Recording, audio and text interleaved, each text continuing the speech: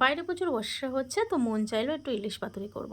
তো ইলিশ মাছগুলো নিয়ে নিয়েছি। দেখো, ইলিশ মাছগুলোকে আমি ভালো করে লবণ, হলুদ আর সর্ষের তেল মাখিয়ে নিয়েছি।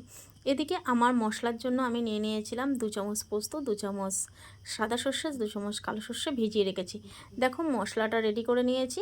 এর মধ্যে একটু টক দই আর সর্ষের তেল 50 গ্রাম দিয়ে দিয়েছি। কলা পাতাটা কিন্তু আমি আগেই ছেঁকে নিয়েছি, দেখতেই পেয়েছো।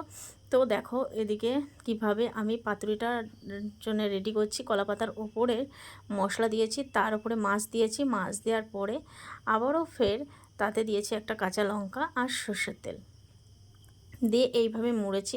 মোড়াটা কিন্তু তোমাদের ভালো করে মুড়তে হবে, না হলে কিন্তু মশলা বেরিয়ে যেতে পারে। তো দেখো কিভাবে মুড়ে নিয়েছি, সবকটা মাছ এইভাবে মুড়িয়ে নিয়েছি আমি। তবে এখানে অন্য সুতো ব্যবহার করলে ভালো হতো, যেহেতু ছিল না তার জন্য আমি এই সুতো ব্যবহার করেছি। তো তারপরে কড়াইতে তেল দিয়ে দেখো আমি মাছগুলোকে এইভাবে ভাপিয়ে নিয়েছি। তো পাতুরি আমার রেডি হয়ে গেছে। ভাতের সঙ্গে খেতে কিন্তু দুর্দান্ত হয়েছিল, ভীষণ টেস্ট হয়েছিল।